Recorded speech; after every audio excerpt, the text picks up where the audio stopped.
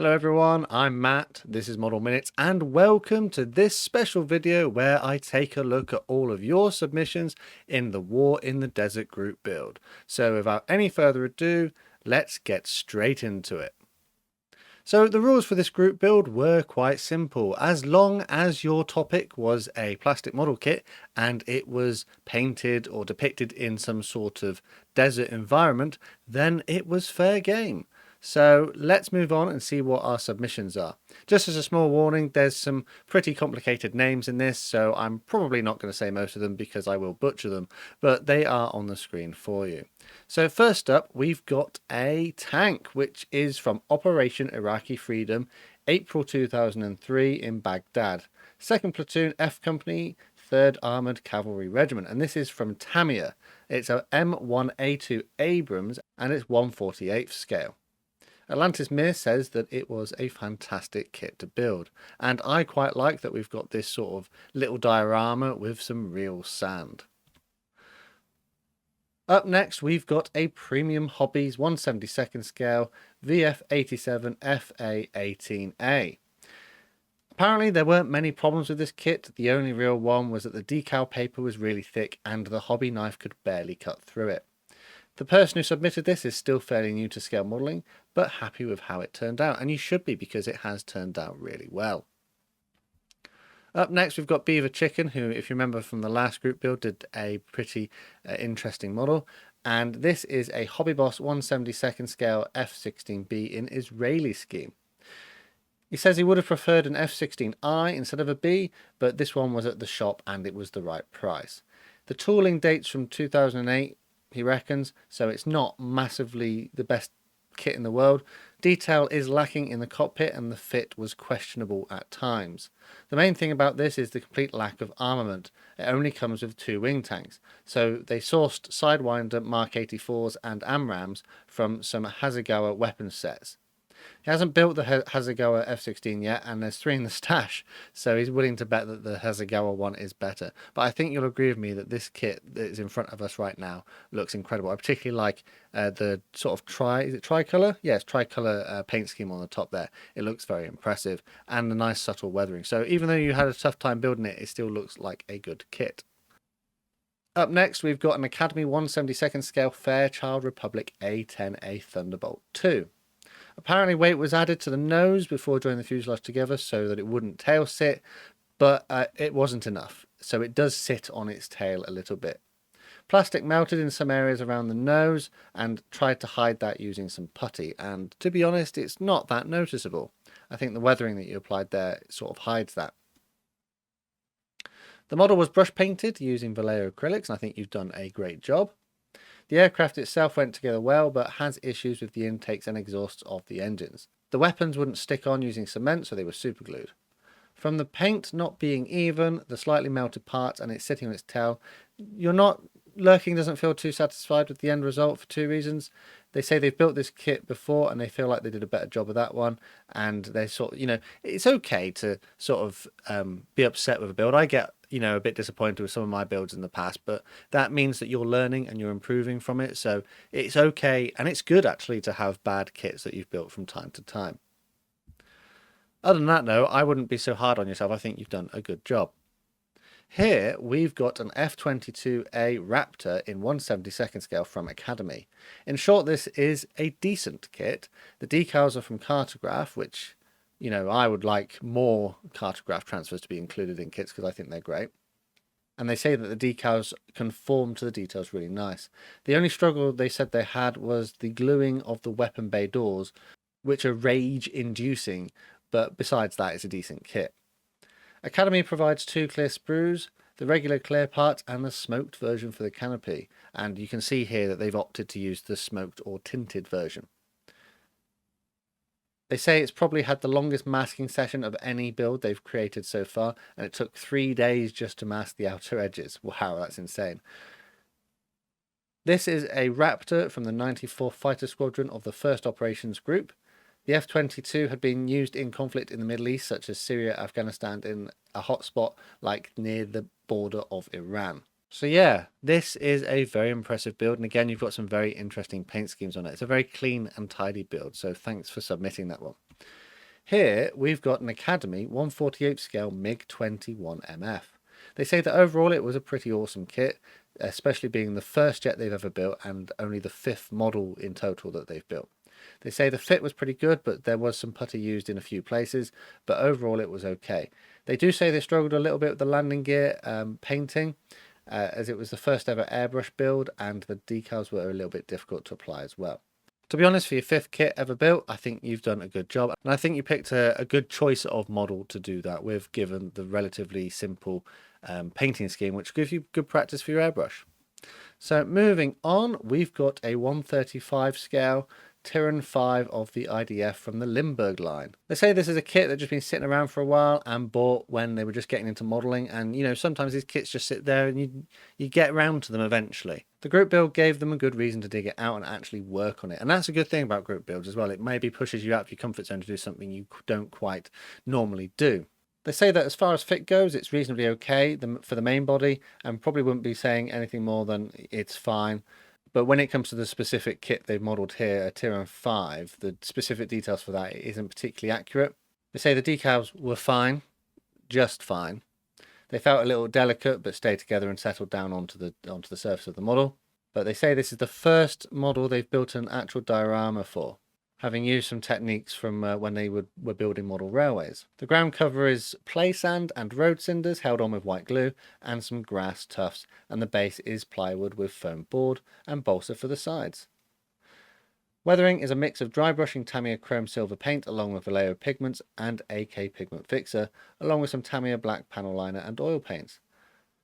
And yeah, I think you've done a good job of this, and I like to see models displayed in a diorama setting, so thanks very much for submitting that one.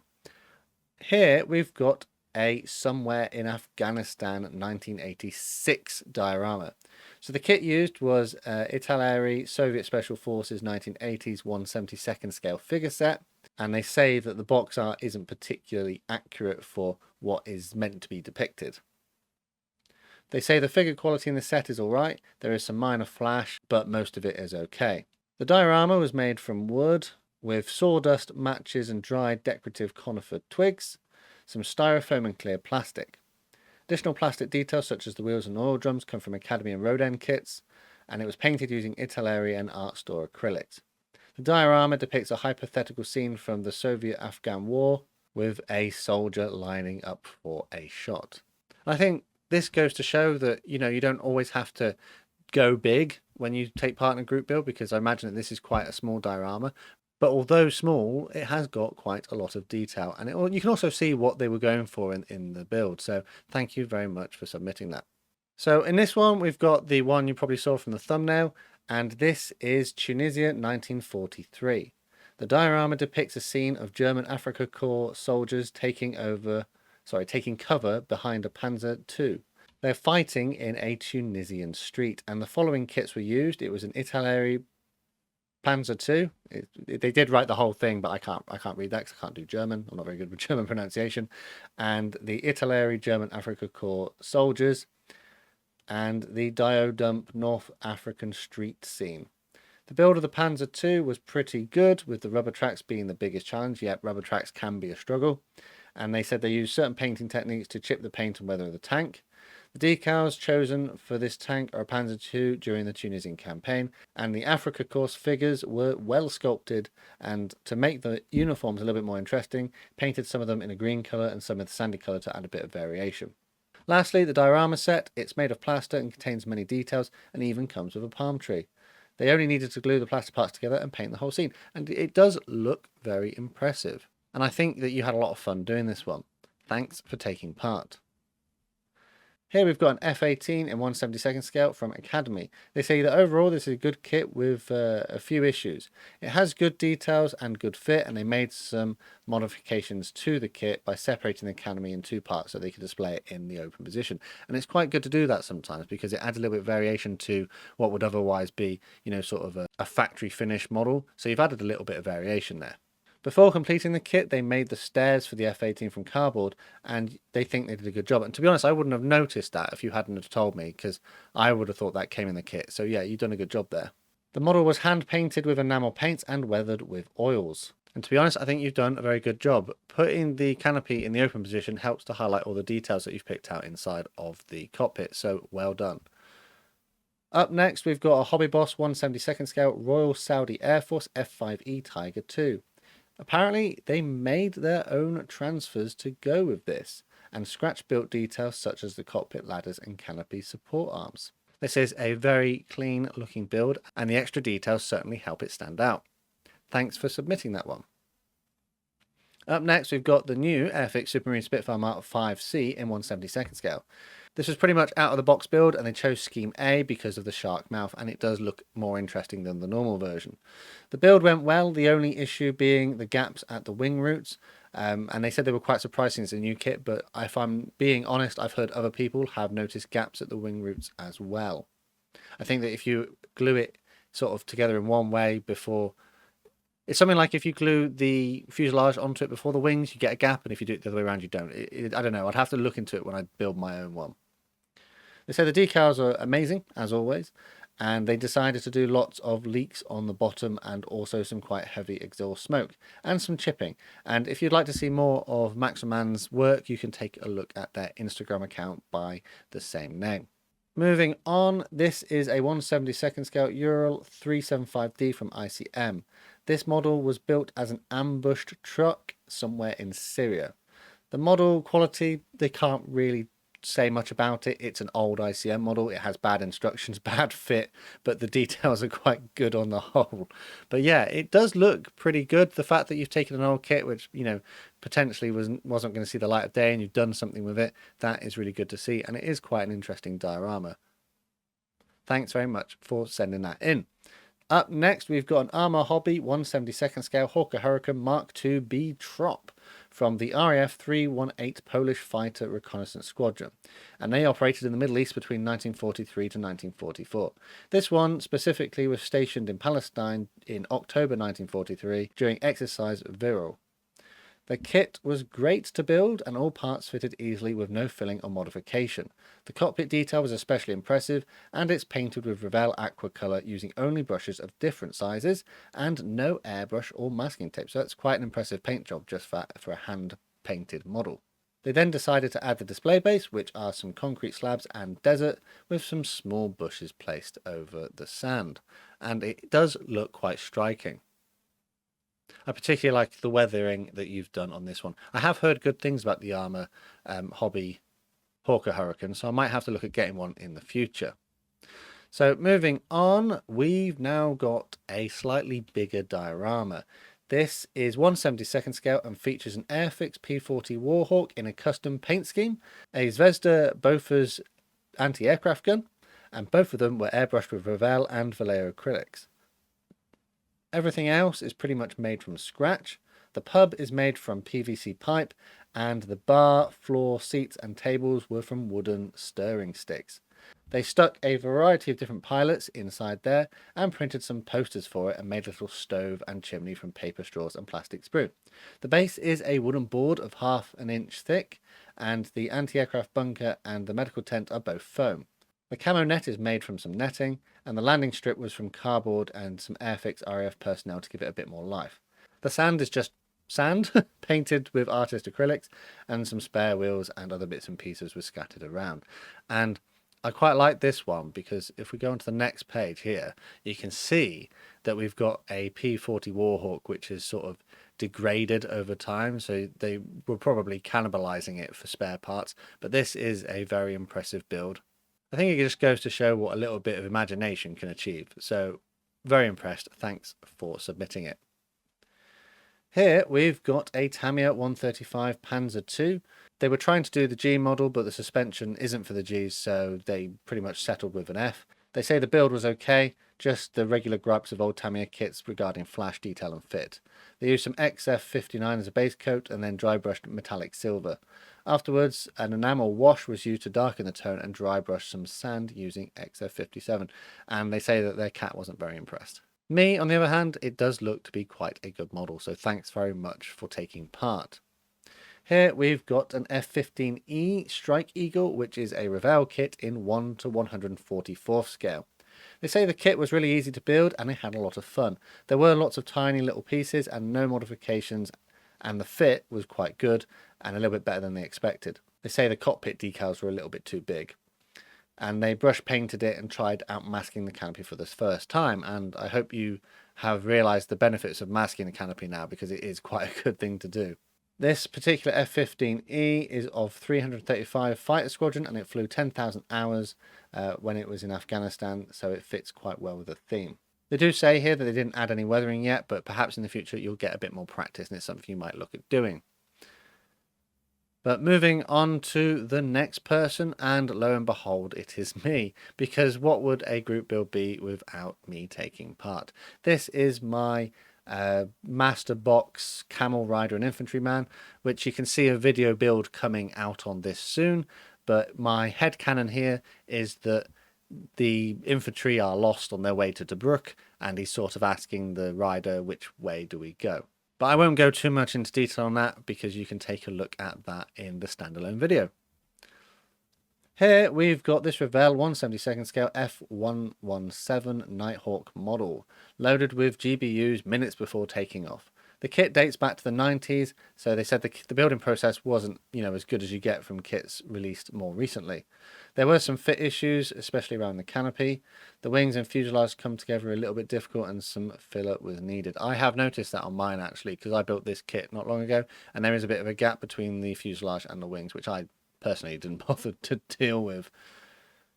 They say they primed the model on the sprue and painted it gloss black from a spray can, and the decal scheme is not something they didn't overthink just out of the box decals. Their aim with the kit was to build an F-117 that participated in Desert Storm. And yeah, having built this kit myself, it is a fairly simple model to do, and you have done a good job of it, so well done. Up next is a M1A1 Abrams from Trumpeter in 1/72 scale, and the model depicts a tank from the Gulf War, but not any specific vehicle. The kit is detailed and easy to put together with no fit issues. A bit of flash is present, but with a few minutes of cleanup, the kit looks very good.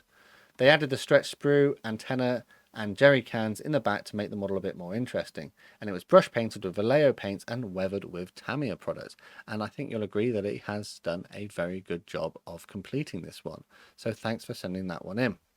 Here we've got a 1/35 scale Tamiya Panzer II-G. It's not based again on anything particular, but it's basically in the Africa Corps markings.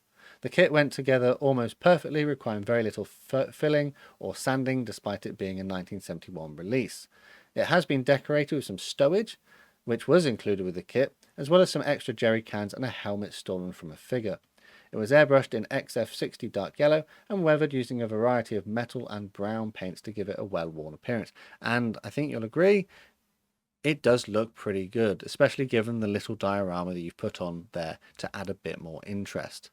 The weathering, I think, is particularly effective, so thanks for taking part. Here we've got a 1/72 scale Hurricane Mark 1 from Eduard. This aircraft depicts one from 3 Squadron, South African Air Force, flown by Captain John Frost, based in Ethiopia, April 1941. The kit went together easily with no fit issues, and they modified it to be depicted in flight. Some pieces had to be left out of the cockpit to get the pilot figure to fit. I can relate to that. I've had to cut pilots' feet off before to get them to fit. It can be a pain. The problem with cockpits and pilot figures is that in real life you can get a pilot to sort of fit the shape of a cockpit, whereas in a model kit they can't do that. They are sort of discrete entities, and it's a bit more of a faff. So yeah, you do have to make alterations for them. They say that some clear plastic was used to make the spinning propeller effect, and the weathering was based off of pictures of the real plane. The base was made from an offcut of wood, and real sand was applied with a piece of clear sprue to support the Hurricane. And I do quite like this. Aircraft in flying poses are something that I want to do more of in the future, and this is definitely giving me food for thought. So thanks very much. Here we're going into the more realms of fiction. We've got a 1/57 scale Brotherhood of Steel Paladin made by Modifius Entertainment for their war game Fallout Wasteland Warfare. The build was very straightforward, only consisting of a few pieces. The time and place of this mini is during the Brotherhood NCR war that took place in the Mojave Desert Wasteland. that started in the late 2250s and is still ongoing as of 2281 when the events of Fallout New Vegas take place. And that is a very unique model that we've had submitted for this group build, but it does fit in with the themes. And I particularly like the sort of post-apocalyptic sci-fi thing that's going on here. Doing some small figures like this in the future are probably something I'd like to look at doing. So we're now going to move on to Rorex, and Rorex gets effectively 3 slides, as it were, to himself, because Rorex couldn't really decide what he wanted to submit, and in the end he just ended up submitting everything that he'd done. So he made a massive diorama, and for the diorama he built a 1/72 scale Matchbox BF109E, a Matchbox BF110, a Matchbox JU87, a Revell JU88, a Revell Heinkel 111, an Airfix Flak 88 with tractor, some Airfix Africa Corps troops, Heller Luftwaffe ground crew, Italeri ME323, which hasn't got the wings and the main spar, so it's damaged, and an Italeri Kubelwagen. And he just says it all started when he wanted to build a BF109 in Africa scheme, and then the group build popped up, and he was just like, oh, I've got to get them all done. Anyway, so he says he finds the German desert scheme better and differs from other German schemes.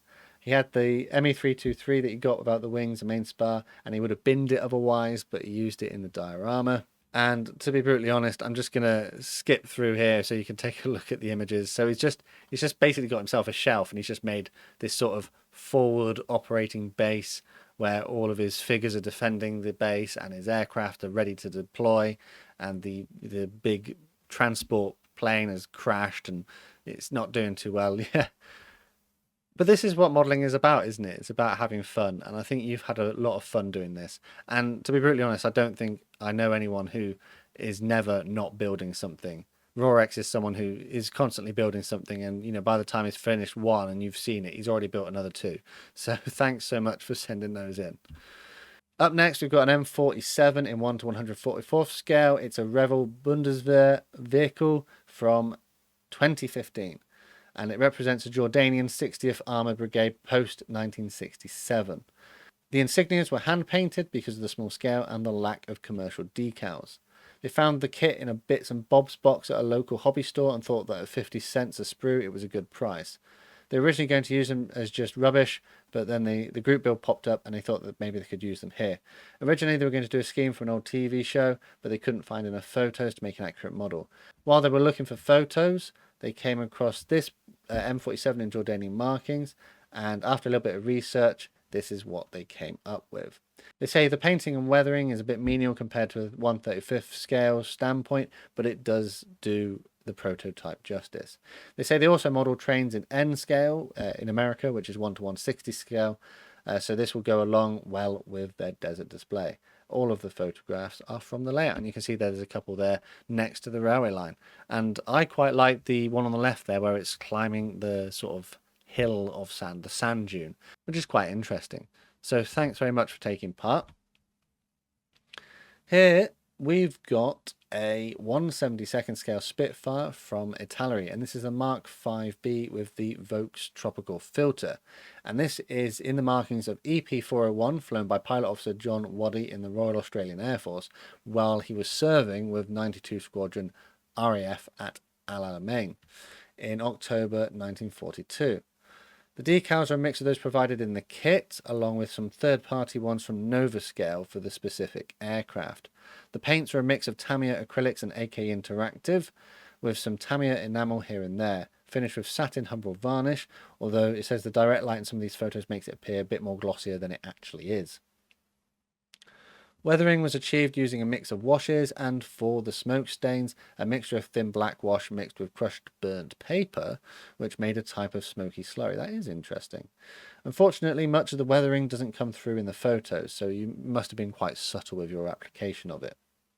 Chipping was done using a very small amount of Tamiya aluminium enamel on a toothpick, which was then scratched or flicked where they wanted it to go. Personally, they thought the kit was a bit of a dog. The fuselage pieces rear of the engine were almost paper thin and bent with the slightest touch, yet other parts were super thick and sturdy.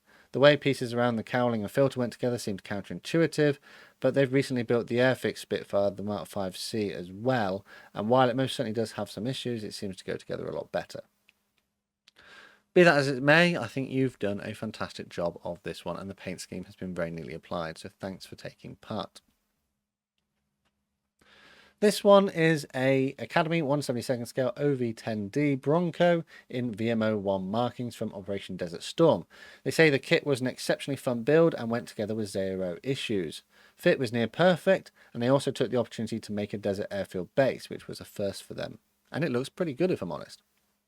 The base is made of textured plastruc styrene, sand, and some tufts of brown grass from Woodland Scenics. Paints were a mix of Tamiya and Model Master for the Bronco, and Vallejo Model Air and Tamiya for the base. Both the Bronco and the base were brush painted. Overall, they are quite happy with this project and think it turned out really well.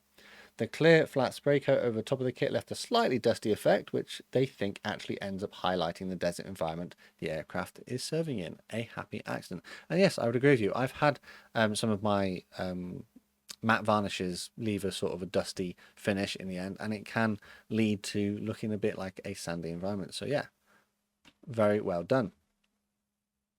Here is a Hella Blue Ribbon 1/72nd scale T6 Texan in Spanish Air Force colours, operating over the Western Sahara in the early 1970s. The Hella kit builds fairly well and the detail is sufficient, especially given the age of the kit. They say they used spare Spanish decals from another Texan kit to make this one, an aircraft that was used for ground attack against militias in the Western Sahara. Overall, they say they're happy that they chose the topic that they wouldn't have normally built. They say they think the paintwork came out well enough.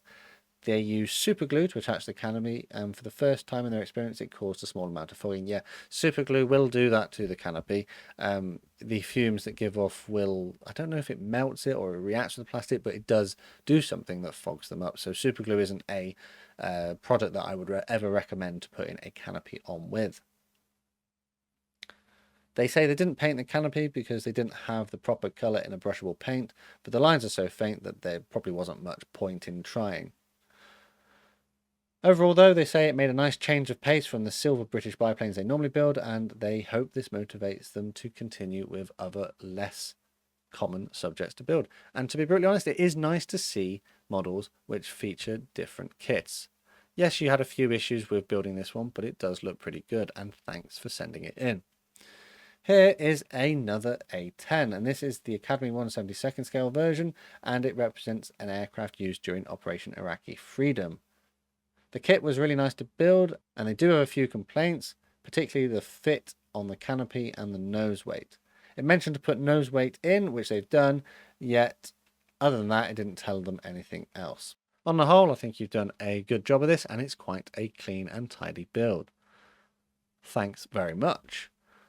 Here we've got a diorama of a portion of the desert combat scene in Gundam 08th MS Team in an undefined portion of East Asia. So we've got a sci-fi sort of fiction scene going on here, which is great to see. I love to see this sort of stuff. And we've got a EFSF RX-79 ground Gundam in a dugout covered with camo netting firing at a Xeon Federation MS-06J Zaku 2, while an M353A4 Bloodhound utilizes its sonar probe to detect other enemy forces in the area. Obviously, I don't really know much about Gundam, so I probably butchered a lot of the words there. All of these models are 1 to 144th scale, and they say the diorama was done in their usual style, which is pink insulation foam, stacked and carved before being covered in sculptor mold, sand, small rocks, and then painted. This time they also added in a little static grass tufts in a few different places, and they were from Army Painter. They didn't have enough balsa wood to finish the edges, so they just painted them black. It's a little uneven in places, and it's something they might look at fixing in the future.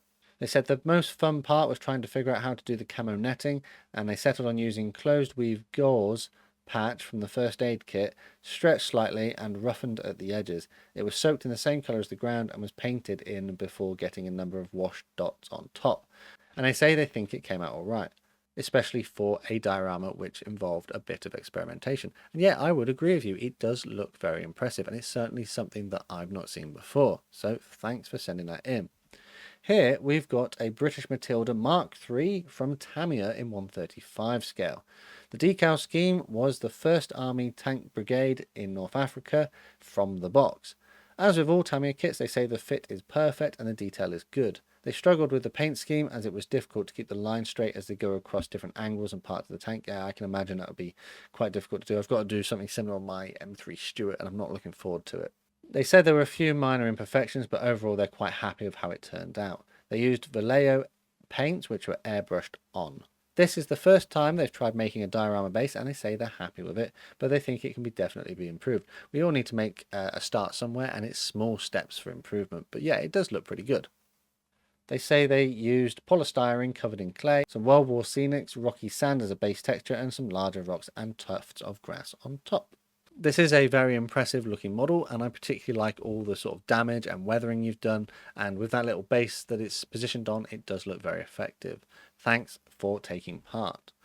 Here is a Tamiya 135 scale M60A1, and it's made in an Operation Desert Storm paint scheme, and as if it's seen quite a lot of combat, so it's quite heavily weathered. They say it was a great build overall, with a little bit of flash on the figure, but no flash on the model itself. The paint scheme is made up, it's fictional, but it's displayed in an olive drab colour as per on the instructions. And yeah, adding a few extra little details to your models can make them a little bit more unique, and it does look very heavily weathered. Thanks for taking part. This kit is an Academy 1/72 scale Faisler Storch in the North Africa paint scheme. The colours on the instructions, they say, were wrong, so they went on a forum spree to try to find the correct paint scheme.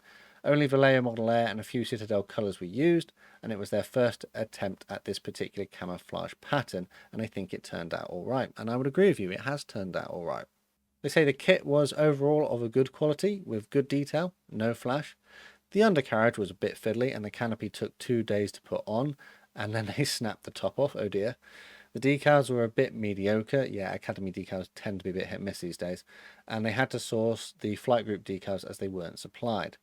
They also used the Eduard die-cut mask set as they're lazy. Well, if it works, don't knock it. And built the Italeri 1/72 scale 8.8 flak anti-aircraft gun you can see just in the background of the image. A nice easy build, but they ran out of time, so they don't think it's their best. So they wish they'd had time to do the crew members, but they might go back and do that later on. That being said, yeah, you have done a good job of this. It does look better than the Airfix version that I unboxed a little while ago. Might consider getting this one in the future. Thanks so much for taking part. And then finally, this is the last one that was submitted. They say it's not their best model, but I think they were rushing to get it completed for the group build.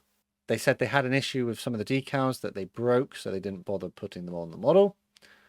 And this is a 1942 North Africa campaign SDKFZ 251/1. I'm terrible with German pronunciation, so yeah, let me know how to say that in the comments below. This was used to transport troops, and he does have the troops, but he hasn't put them in the model again because he didn't have time to finish them. And waiting for paint. Apparently doesn't have the right paint yet, so maybe they will have done that in the future. They say there were a few little moulding areas in a few places and they made a few little mistakes, but on the whole they would rate this kit an 8 out of 10. And yeah, I'd say you've done a pretty good job of completing this just in time for meeting the deadline of the group build. So thanks very much for sending that in. And that is it. So let us know down in the comments which one was your favourite, which one did you think was the most interesting to look at. And to be brutally honest, I'd like to say a massive thank you to everyone who participated. And if you'd like to take part in a group build in the future, make sure you become a member of my Discord server, because that's where all of the group builds happen. Before I wrap this one up, a quick shout out to my patrons and channel members for the extra support these guys give the channel. Massive thanks to these guys on screen, and if you'd like to find out more about how you can get involved, take a look at the links in the description. Whilst you're underneath the video, leaving a comment, dropping a like and subbing to the channel would be massively appreciated. And finally, the last thing to say is a massive thank you to you for watching this one, and I'll see you on the workbench again next time.